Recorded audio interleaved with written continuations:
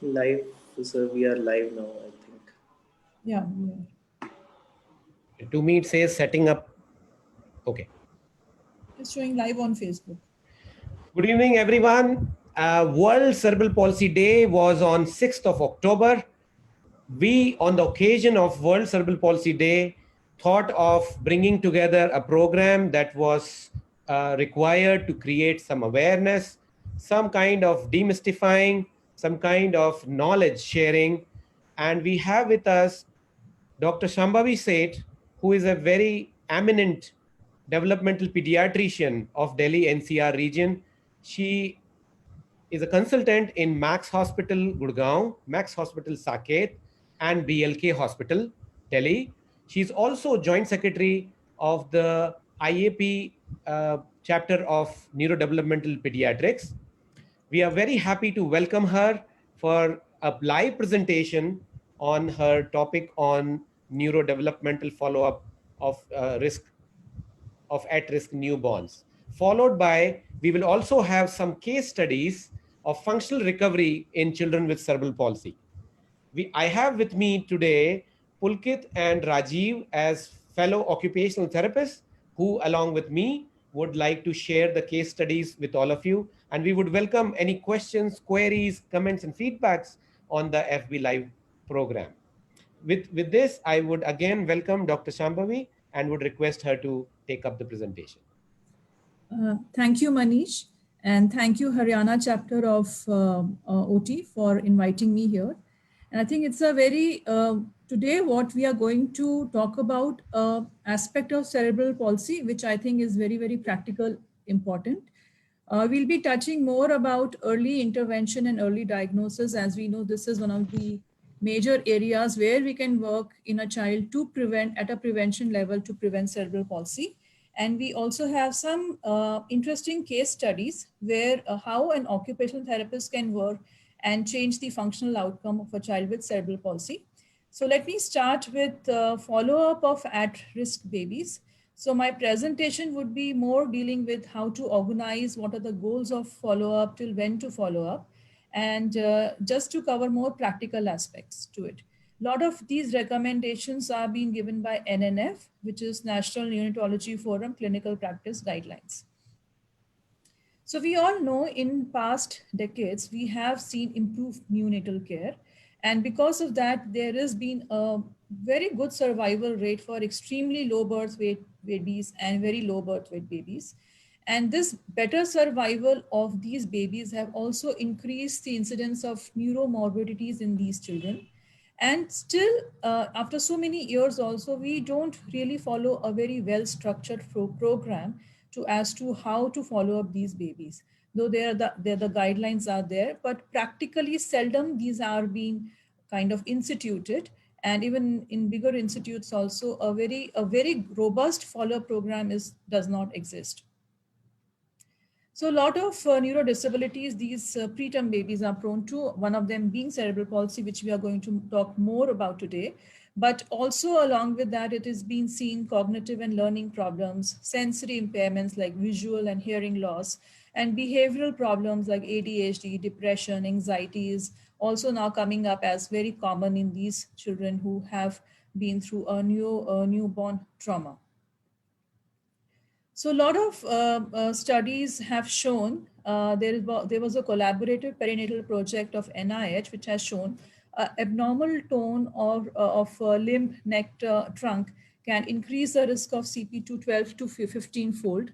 Diminished cry for 1 day in a term newborn can increase to 21 fold, where weak or absent suck to 14-fold, need for gavage or tube feeding can increase the risk to 16 to 22-fold, and diminished activity for more than a day to 19-fold. So a lot of these things can be done at a NICU prevention level, and all these things have been seen to implicate the high, many-fold risk of cerebral palsy in these babies. So how do we approach these babies? There are lots of babies in NICU. So there is a need to stratify which babies are going to be at a larger risk, which are going to be at a moderate risk, and which are going to be at low risk. So accordingly, we can plan our follow-ups for these babies. So coming to high-risk babies, the high-risk babies would be those who are less than 1,000 grams, gestational age of less than 28 weeks, had a stormy newborn course with IVH, intraventricular hemorrhage, periventricular leukomalacias, chronic lung disease, asphyxia at birth with Apgar score of less than 3 or less than 5 or less at 5 minutes, surgical conditions like diaphragmatic hernia, small for date, mechanical ventilation, prolonged hypoglycemia, hypocalcemia, seizures, meningitis, shock. So the list is basically of those babies who have had a stormy newborn course, so they are definitely at high risk.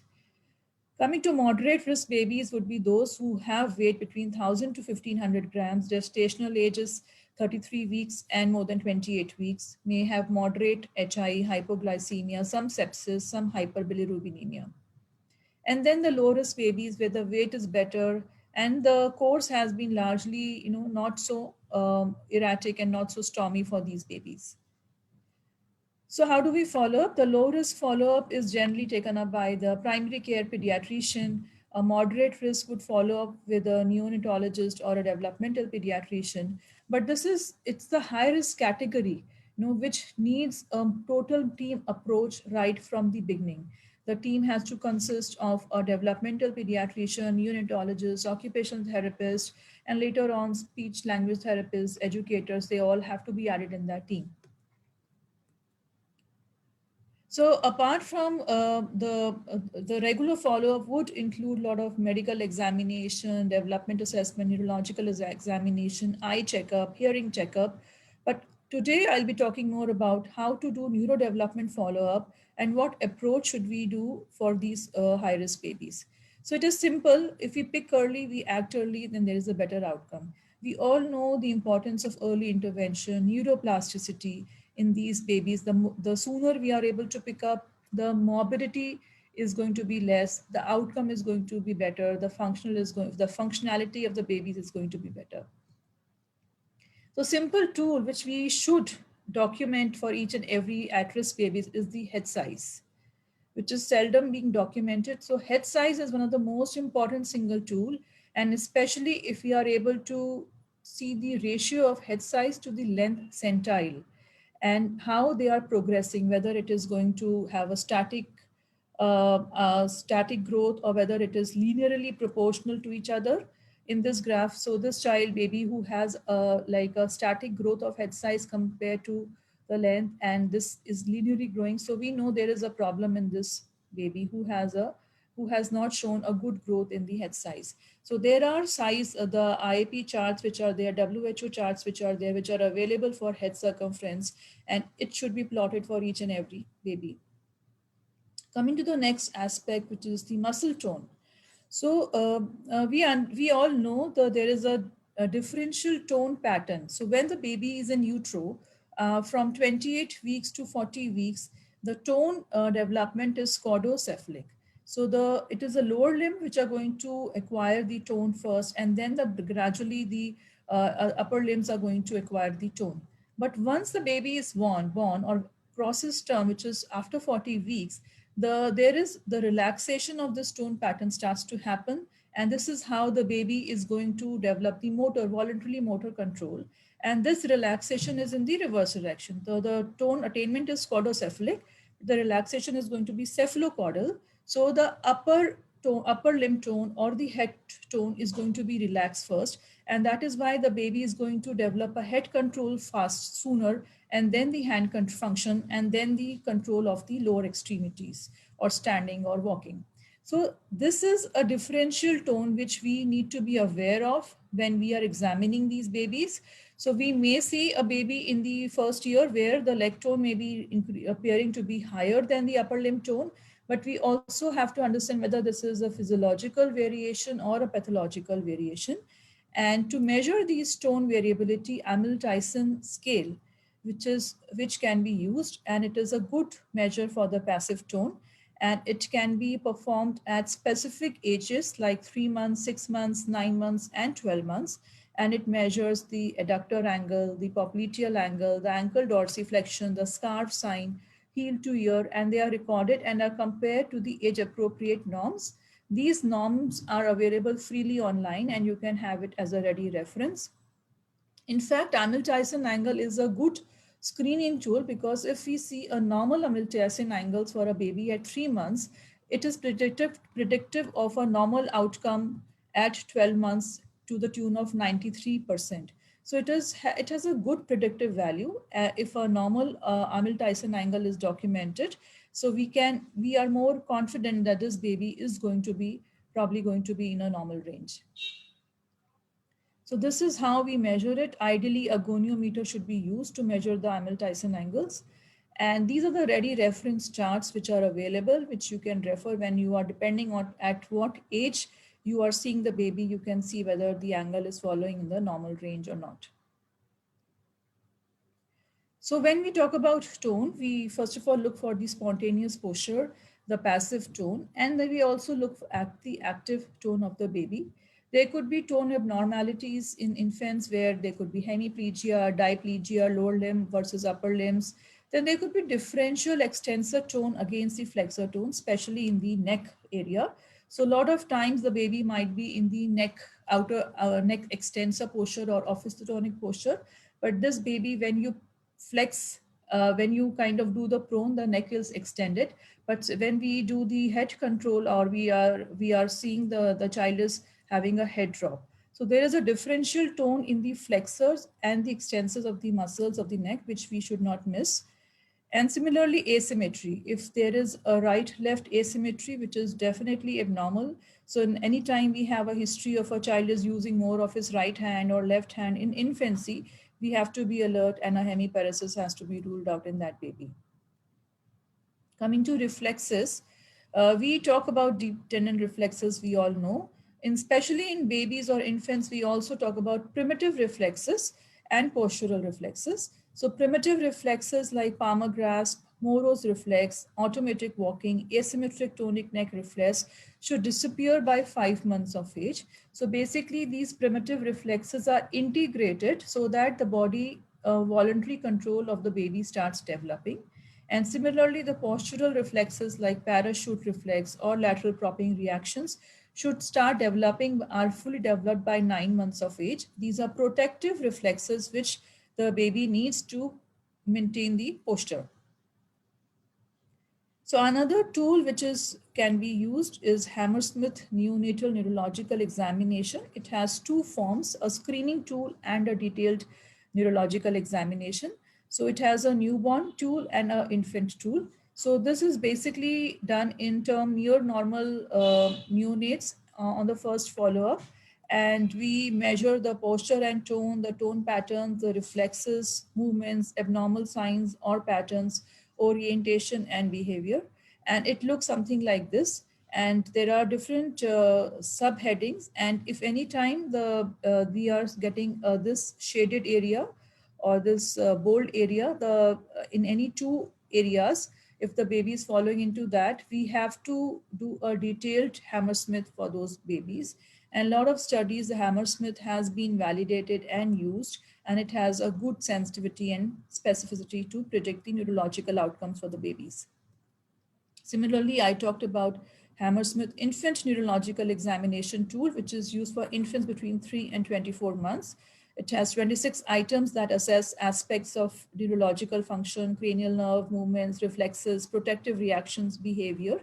And then it helps us to keep monitoring that baby in a more objective neurological assessment way. So something I like to talk about is general movements. So these are general movements basically are believed to be part of in utero fetal movements, which persist till first 5 to 6 months of life.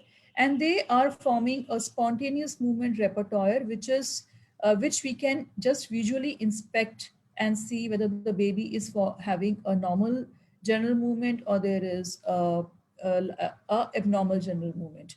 And in fact, this is a very, very simple bedside examination of the baby just by inspection. And it has a very high sensitivity and specificity to the tune of 95%. It is quick, it is non-invasive, it is non-intrusive, it is cost-effective compared to other modalities like MRI and other so forth and so on. And in fact, it has a very good predictive value for cerebral palsy And it is also being now coming up in the use of prediction of autism spectrum disorders.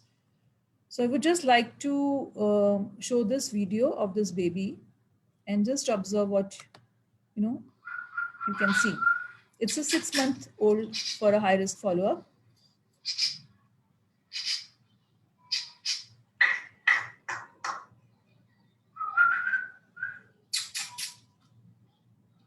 Ay, Gandu. Ibu. Ibu Bedu.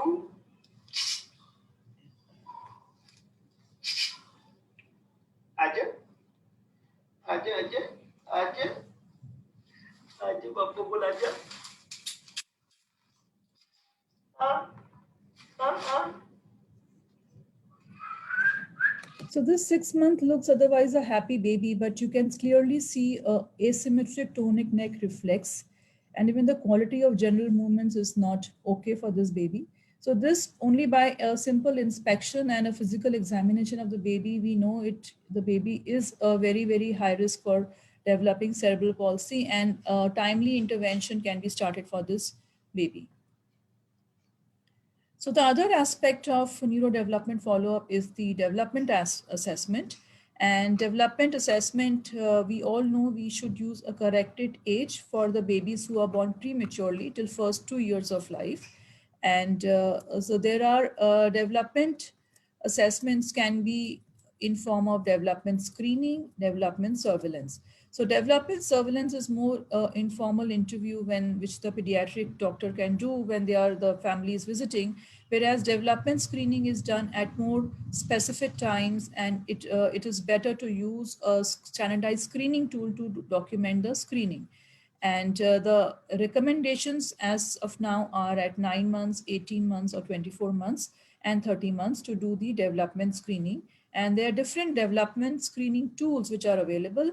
The Indian tool being the direct observation card with CDC grading and Trivandrum development screening chart. Both are very, very simple tools, hardly takes 5 minutes.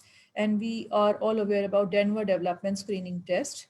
And when the child has failed a screening tool, a child may also be subjected to a detailed assessment, for which development assessment scale for Indian infants or DASI can be used till 30 months.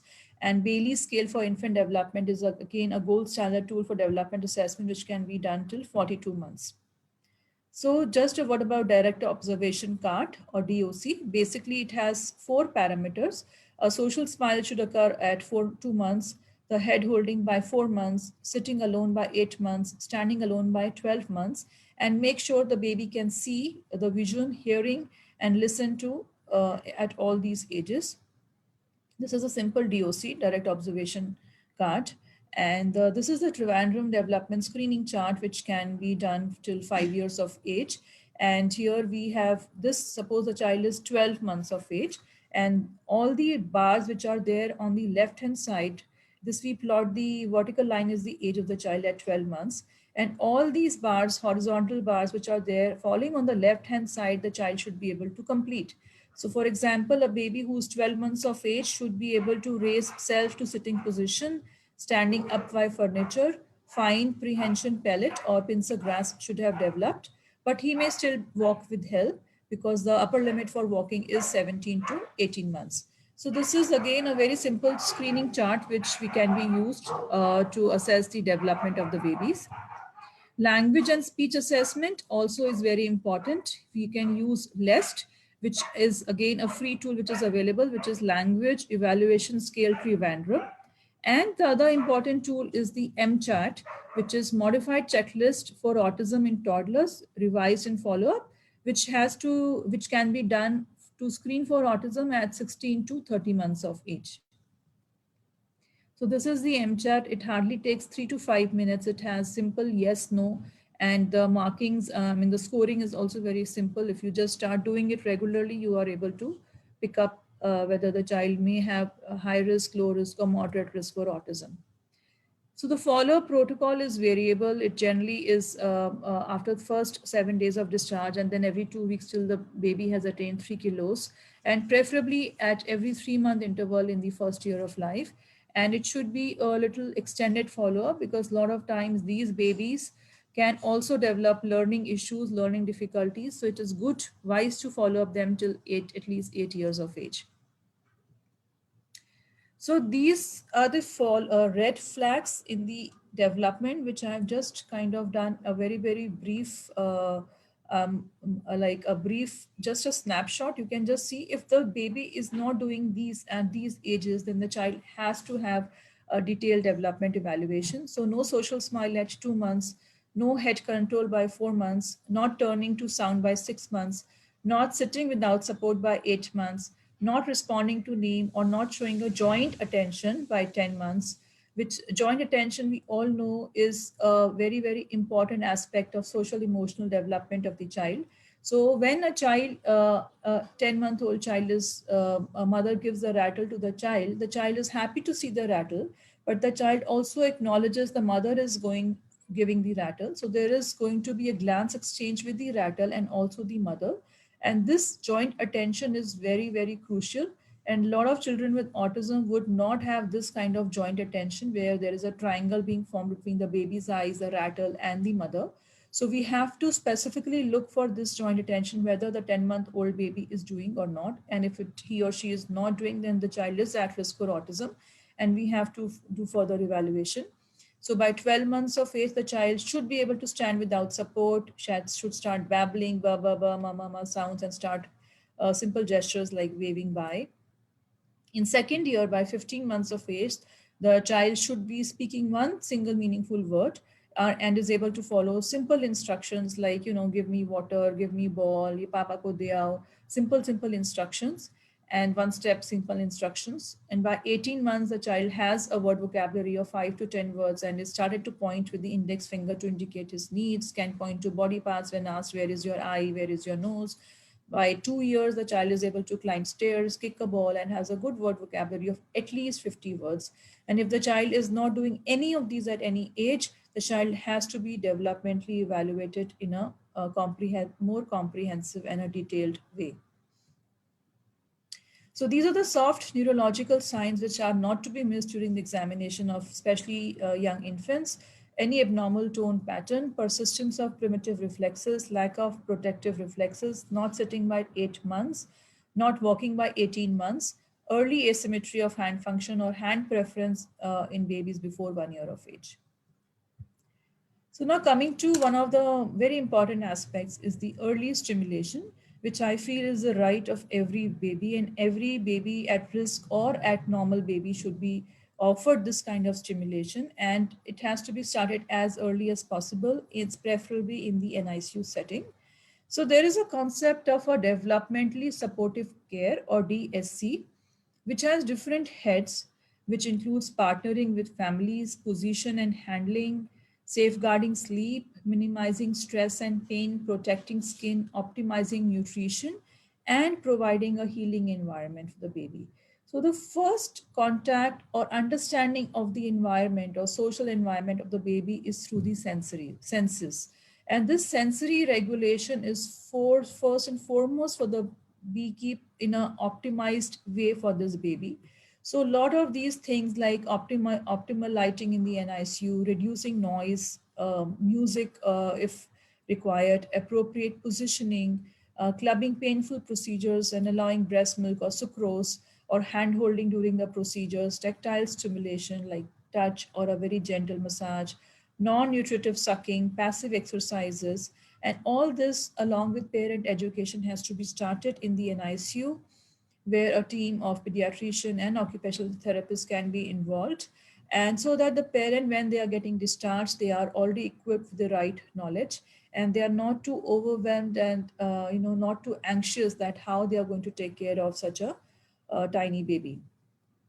So there are a few neurobehavior patterns of stress which we note in babies of NICU, which definitely indicate stress, like a startle or a twitch or a tremor, then flailing with spreading their legs, then this kind of posture in the baby, and tongue extension, sitting on air posture, a salute sign. These are the signs which are indicating stress.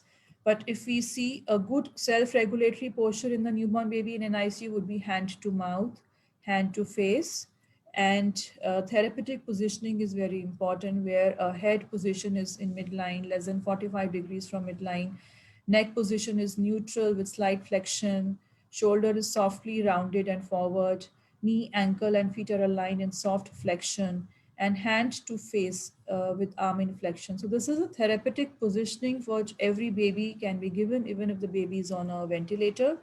And this also helps to reduce stress of the newborn baby in the NICU.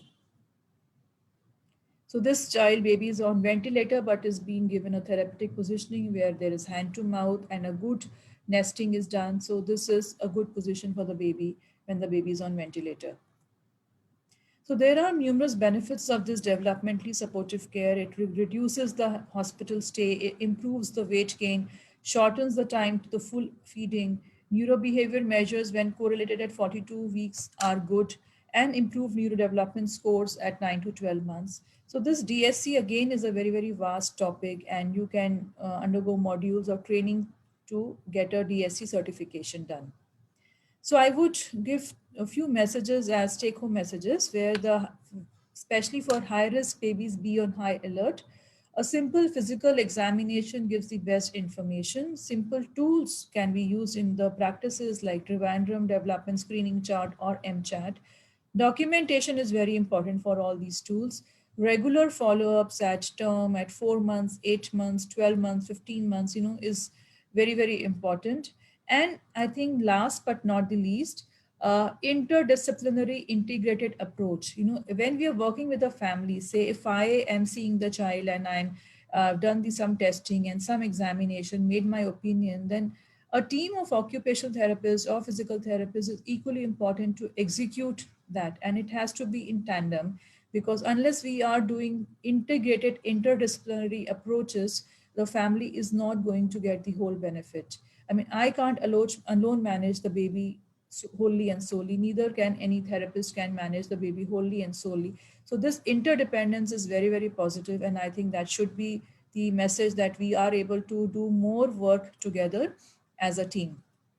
So this is, thank you all for your attention. This is basically, I could meet Elizabeth Ann Speiler and get trained under her to do the general movement examination and also complete my DSC certification.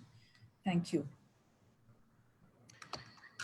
Thank you so much, Dr. Shambhavi, for a very nice, easy, and a very enlightening presentation, in fact. So we are keeping a lookout on any questions if there are on the FB Live. There are a couple of comments about appreciating and applauding the content. However, I don't see as of now there is no such questions as such. So we can continue doing the next part of our presentation. And if in due course of time, within the next 30 minutes, if we get some questions, we would definitely like to put them up to you. So uh, now we'd be very happy, Pulkit, Rajiv, and me, being active members of Haryana chapter of AIOTA, would like to bring in some case studies for all of you to see how occupational therapists can enhance, facilitate the functional recovery of children, of those who have cerebral palsy. To start with, I would like to share with all of you a story, a functional recovery story of a young man, Kunal, who is at the moment 15 years old. And you would also be happy that Kunal is Kunal is also a part of this presentation. He's viewing it on FB Live.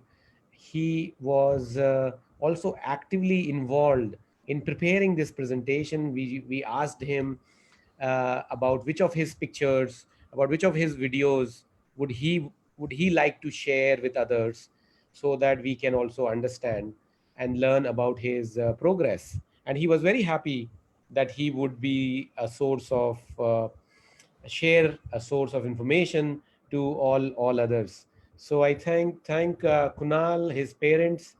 I'm sure they are watching this program. Kunal, where in the video that is coming up, you would see the time when Kunal was 13 years of age in 2018.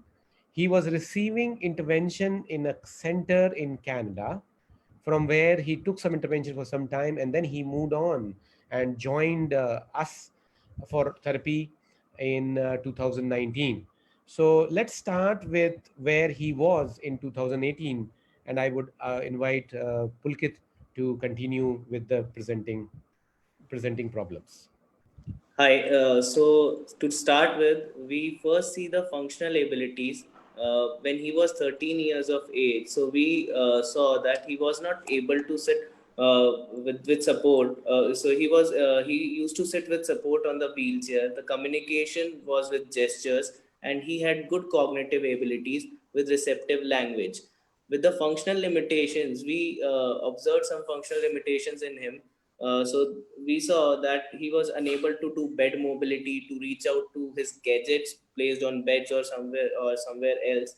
Unable to do bed transfers from lying to sitting on bed. Difficulty in maintaining sitting independently while he's sitting on the bed or chair, or to watch TV, or to have food.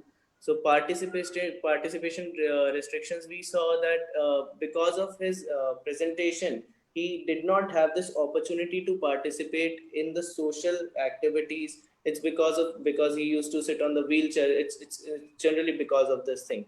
So now, with the multi-system observations, when he came to us in 2019, we did some multi-system observations. With that, we saw that he had kyphotic trunk, posterior pelvic tilt was observed, hip knee were flexed, and ankle dorsiflexion was observed bilaterally in both the knees. So here in a video, we are seeing the therapist. So she's making him sit in a uh, okay. So she's just trying to make him sit in a she's trying to make him sit in a quadruped position, where we can see that he's somewhere facing. So they're trying for the kneeling thing. Okay, so here we see that the trunk control is not good. The therapist is holding him from back. He's constantly just shifting his weight, and he's unable to sit in the kneeling position here. So yeah, even the trunk control is not good. The neck is not aligned properly. They're struggling with the position they want to make him sit in. It's clearly evident. Let's see it.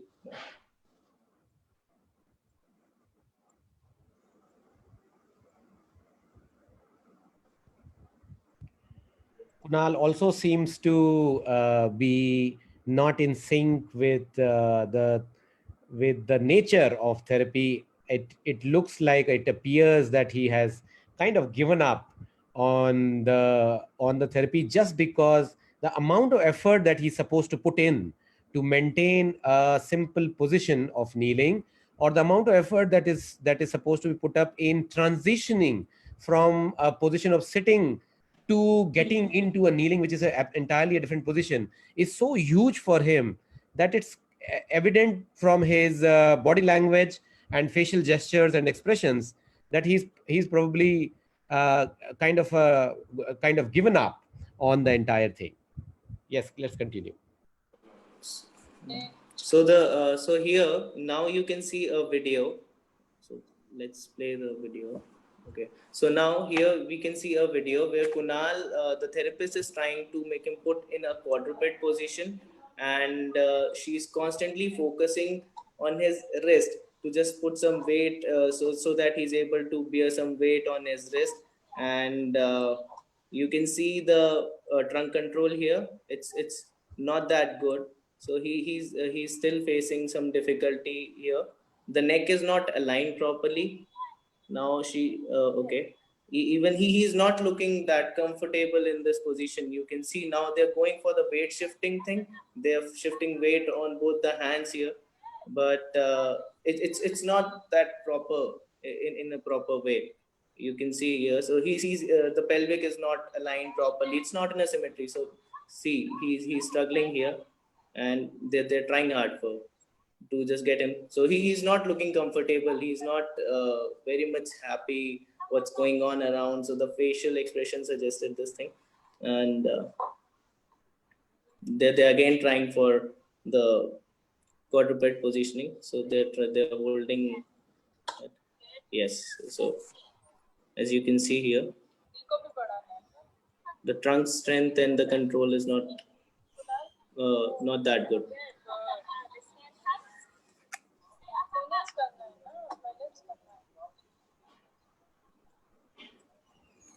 So let's move on to the next video. As you can see here, the therapist, they are trying to make him sit in a kneeling position. So he requires support for this, both from the front side and the back side. From the back side, the therapist is holding his back, and in the front, he is already holding a support here. And they are doing a reaching out activity where you can see the trunk control is not good here, and it's not aligned properly. They're doing a reaching out activity, but somehow he's struggling here. Yeah.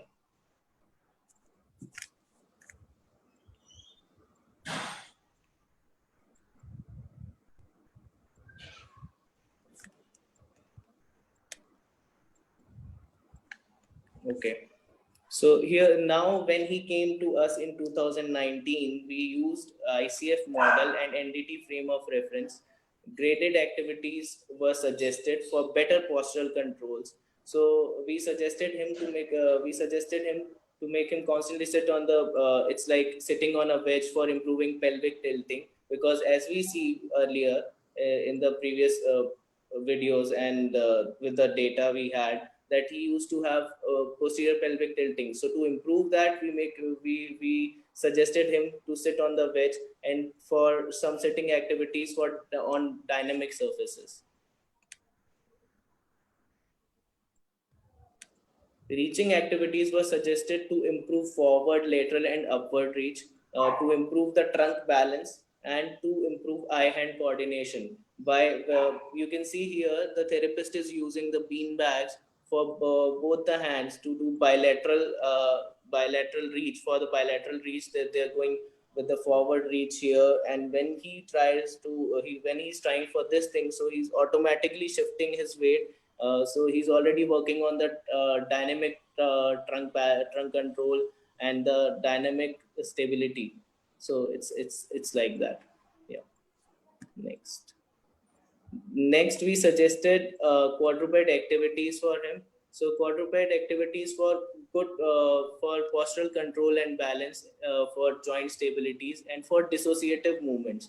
As you can as you were able to see it earlier, that he was not that comfortable when he was 13. He was not the alignment of the neck and the posture was not that good. So he was struggling with the trunk control. So we suggested the quadruped activities.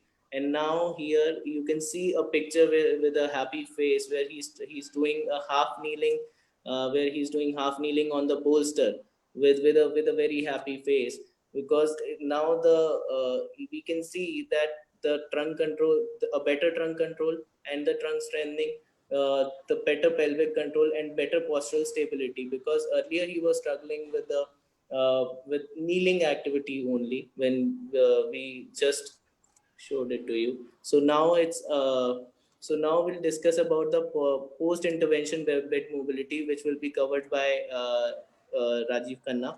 So over to you, sir.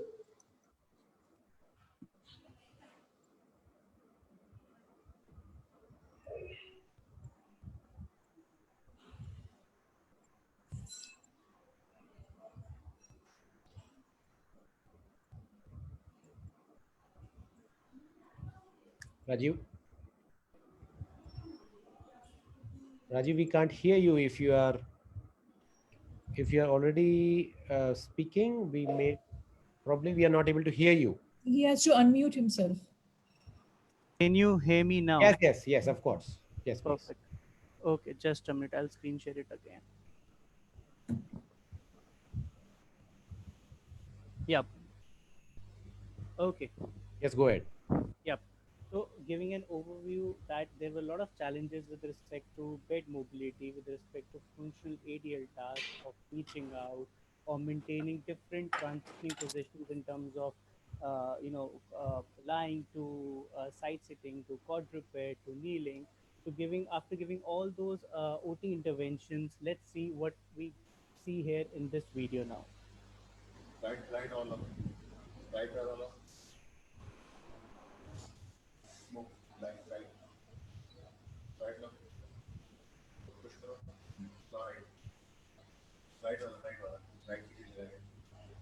Rajiv, if you could also speak close to your mouth piece, to the phone. Yeah. So Yes, please. Yes. yeah, so it is, as we can see here, that there is much better independent control in transitioning on the mat area. The neck control is better, the postural tone is much more better, the control, the confidence. Initially he was using a lot of assistance with respect to the therapist assistance with respect to the bars, or he was requiring a lot of splints for hands and his forearm to place his hand flat on the mat while he was transitioning. So in those terms, we are clearly seeing that he has progressed well. His spasticity has also reduced, and we are seeing a better transition from static to dynamic balance and a better synergistic movement pattern here.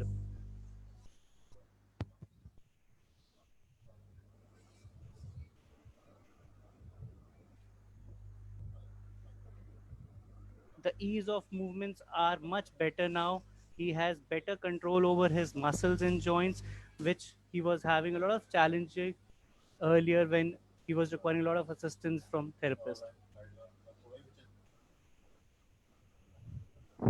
In this picture, we can clearly see that our boy is doing an independent kneeling activity where the postural tone is much better. He is at ease. His neck is in midline. His trunk is erect and upright. There is a better postural stability. There is reduced leg adductor tightness, better trunk control, and there is an independent kneeling that has been achieved. In terms of a functional activity, we are trying to project here that Kunal was very cognitively sound regarding his appearance, so we thought of including a grooming ADL activity to help him put on and off his glares, which he is able to achieve independently here.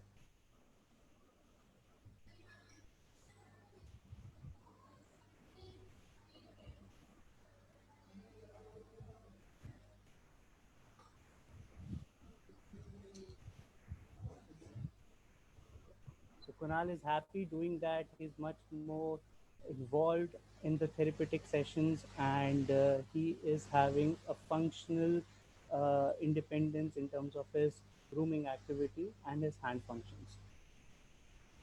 Then in the last activity, in terms of a post-intervention feedback, we are seeing a better participation level in terms of social gathering. So let's have a look at the video. The previous slide.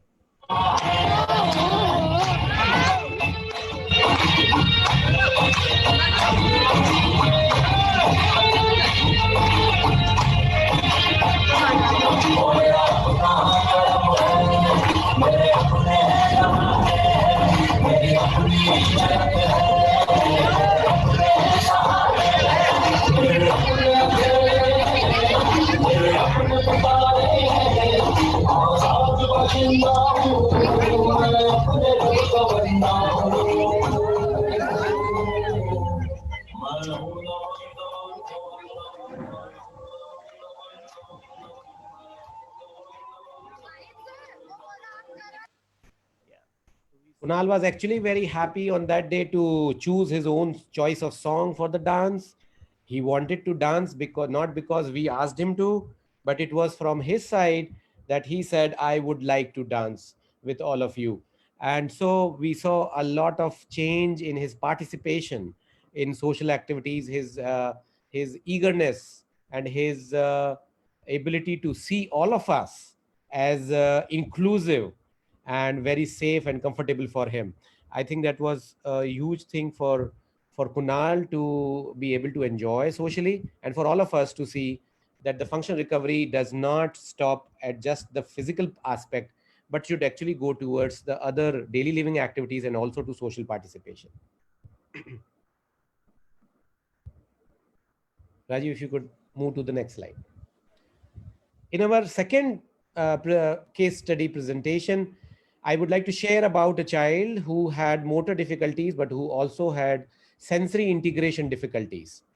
As you would see in the video, that the mothers had actually started interacting with me about her child's behavior of hitting himself and using the ball repeatedly over his face with quite a good amount of force.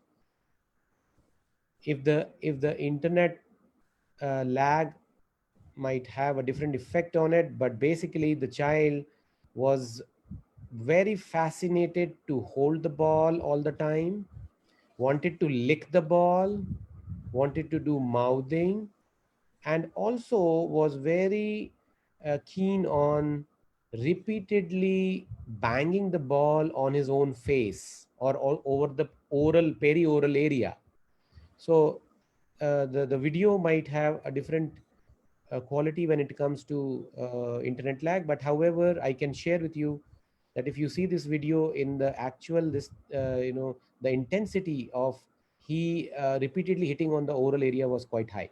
As you can also see that the child also had physical difficulties, and he's still not he's not able to independently stand and walk.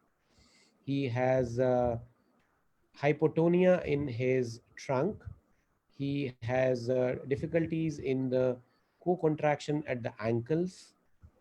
He also had extensor thrust, and but also at the same time what we were also concerned about was his behavior of repeatedly fascinatingly using the ball, which meant that if the ball went out of his hand, he would go into a state of meltdown or would also withdraw from the activity and would also show increased extensor thrust in reaction to the ball going away. Next slide, please. As a part of the OT occupational therapy program, we used a combination of neurodevelopmental therapy, NDT, by Bobat and the SI frame of reference together.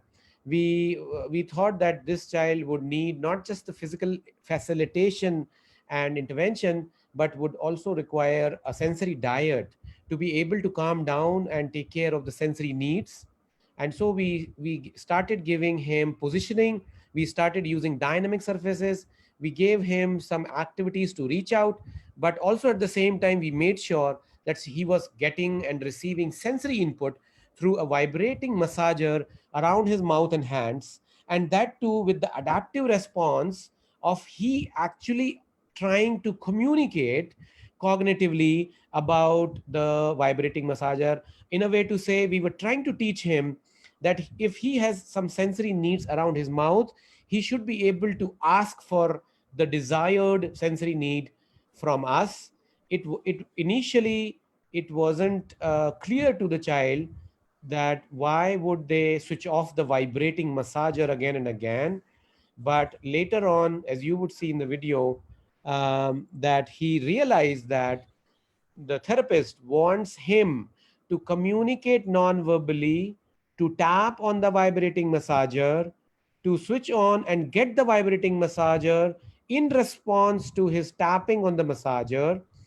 And he was very happy to let go of the ball, which he was initially using so randomly and repeatedly. He was actually very happy to use the vibrating massager, as you can see, independently without even teaching him in the very first session.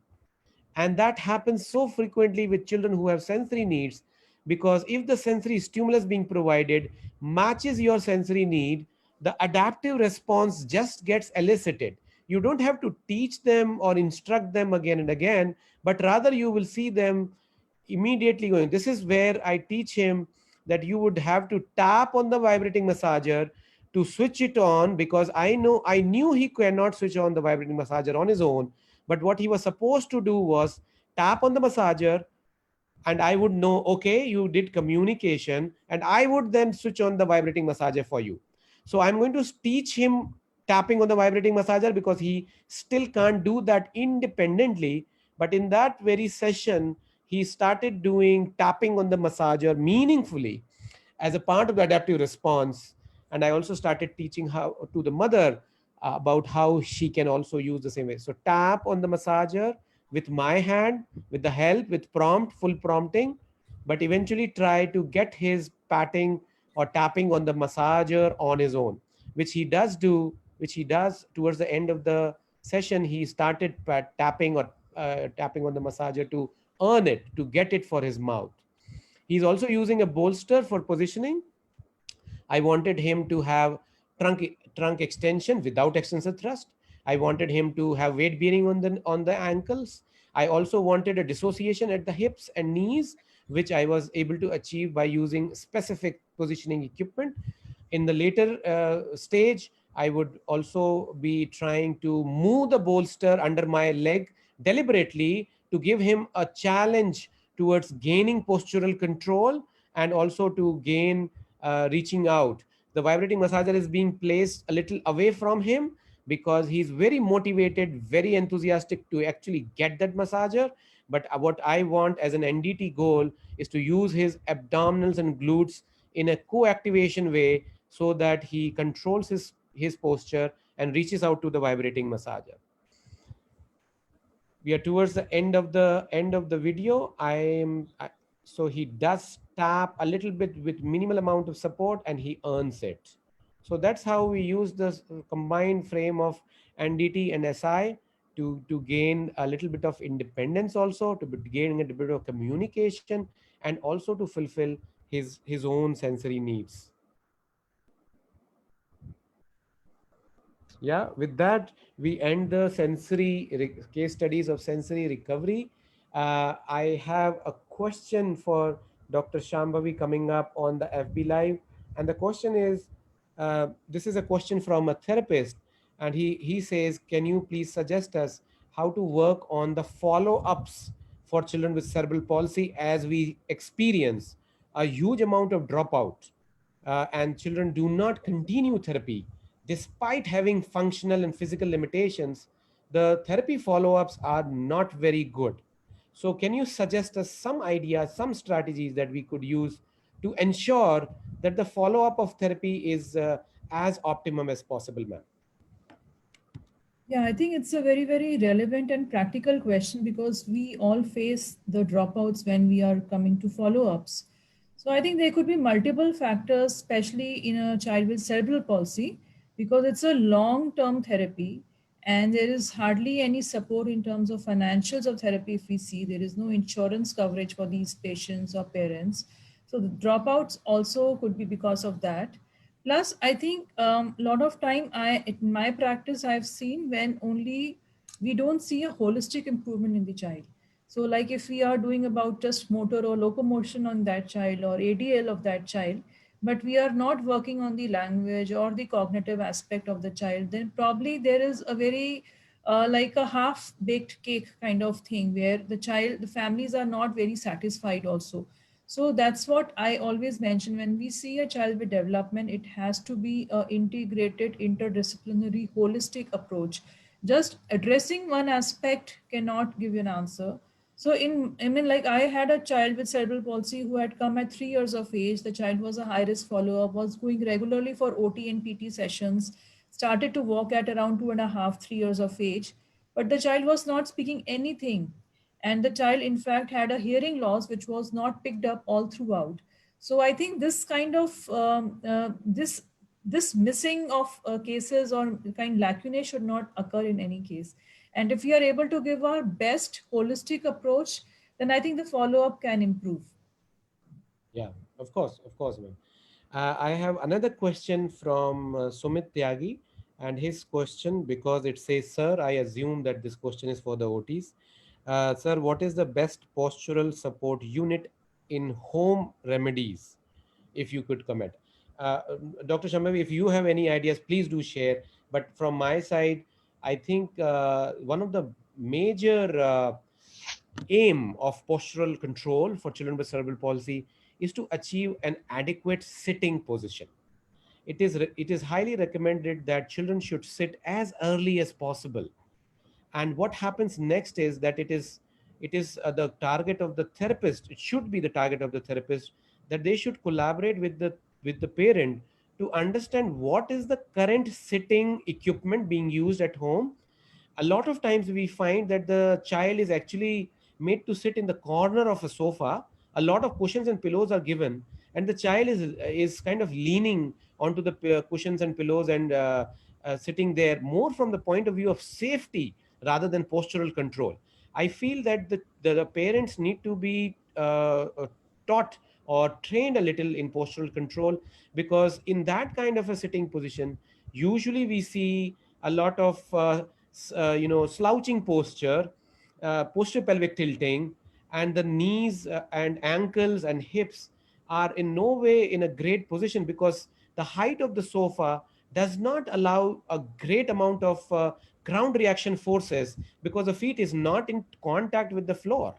So I assume that a lot of times the sitting position itself should be discussed as to what is already being used and how can it be converted into an appropriate sitting position with the 90-90 degree of a rule.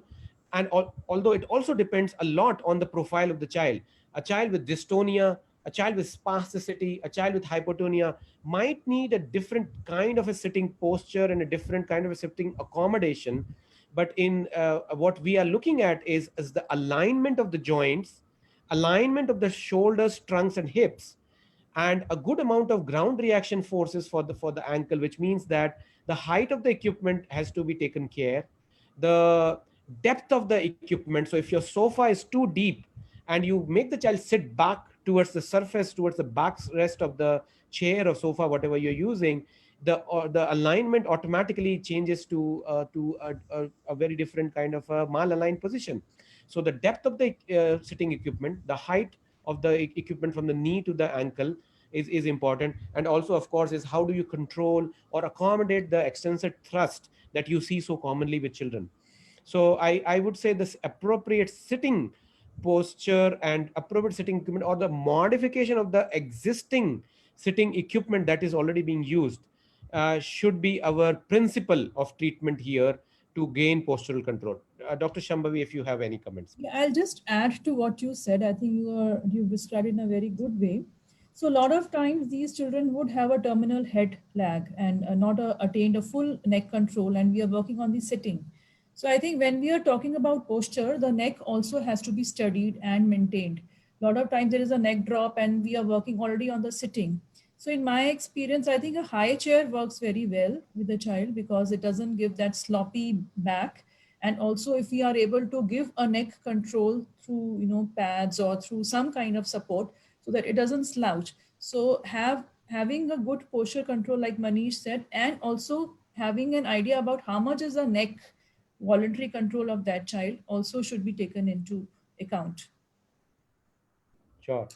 I think we are just in time. We are at about to be at 8 p.m. and 1 minute. I would like to share how parents and acquaintances of Kunal have really appreciated that this could be the first time that they realized how the pre and post has changed. In fact, it was an experience for us as well when we were preparing these videos. We actually asked parents to share any kind of old videos, and fortunately they had the 2018 videos, and we just put the 2018 videos with the 2019 and 20 videos he was already attending just before pandemic. And he has been receiving not just occupational therapy but a multidisciplinary input from speech person as well as from the special education. But I think what we wanted to express, and we believe in it, that the kind of confidence that he has now, the kind of positivity that he has towards his own recovery, towards his own existence among all of us as a team of therapists, that I know for sure that even without words he feels he belongs here. And I think that's the best functional recovery that we can ever offer to any young man with cerebral palsy. So I think, I see. Yes, please. Yes, please. You yeah, follow. so just with the advent of ICF, International Classification of Function, and from where we have moved from impairment to participation and having like a good social consequence for any child with impairment, I think that's the wonderful thing, and that we could see on Kunal's face the way he was dancing, and it was very heartening. At least in spite of any impairment, at least he's socially participating. So I think handicap is not with the child; it's in the society and how we accept and how we are able to integrate them. That's the most important take home message for any of the childhood developmental issues. So thank you, ma'am, for those those words, lovely words. In fact, Kunal is so fond of movies that we actually designed a quiz where Kunal is not verbal. So he was only supposed to say, "Did you tell me the correct answer or did you tell me the wrong answer?" And he's so aware of movies that Yeah. we played a quiz across a counter, and somebody has to pick up a slip, has to read out the question to him. He would know the answer already, but you have to give the correct answer. If you give the correct answer, he says this, and he gives you a candy. And if you give a wrong answer, he makes fun of you and he says so that kind of activity also we designed for him. And we were happy again to see his participation. Of course, we did follow the we also try to follow the ICF, not just with cerebral palsy, but with all other diagnoses, where we want to work not just with the body structure and functions, but we want to work with the activity limitation and participation restriction as well. Yeah. So having said that, thank you so much, Dr. Shambhavi, for taking out your valuable time to share your presentation, have participate in the Q&A. And thank you, Rajiv and Pulkit, for supporting me in this, preparing this presentation, and also supporting me in actually presenting it. So thank you so much, and wish you all the best. Good night. Thank you. Thank you.